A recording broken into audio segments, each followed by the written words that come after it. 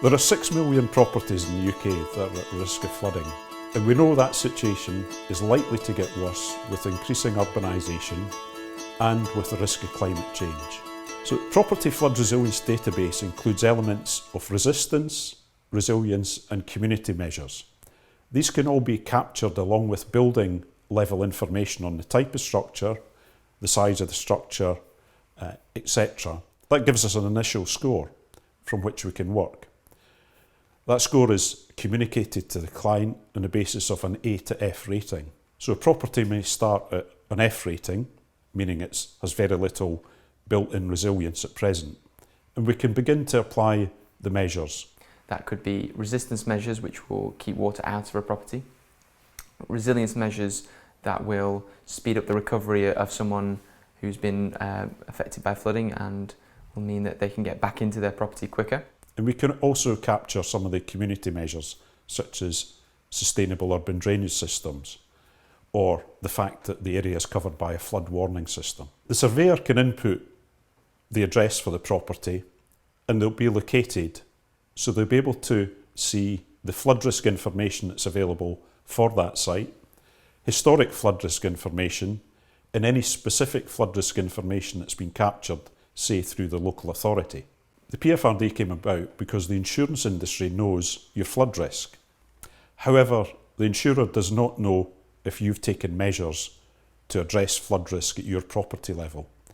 So the PFR-d was a way to try to reward homeowners for actually taking measures.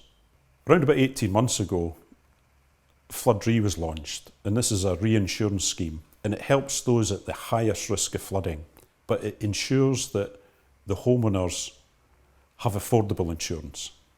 However, Flood RE is time limited. It will run out in just over 20 years' time. So following that, there needs to be a way that the insurance industry and homeowners can cover the cost of insuring these houses in a centralised way.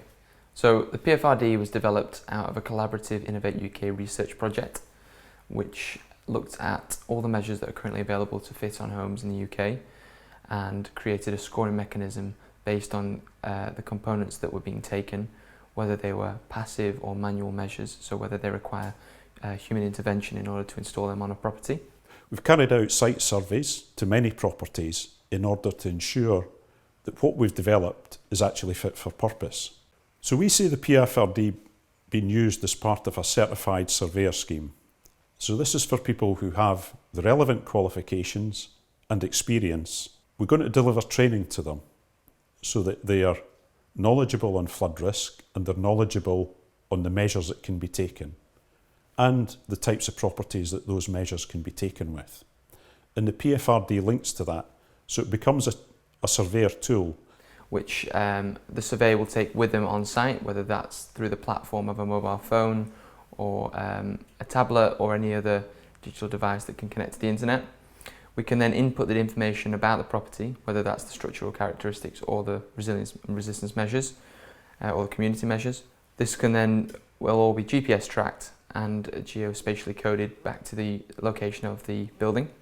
So we can go through and put in these particular measures as well as proposed measures through to calculate two different calculations, one for the current as-built building and one for the proposed new measures that are going to be installed by the homeowner.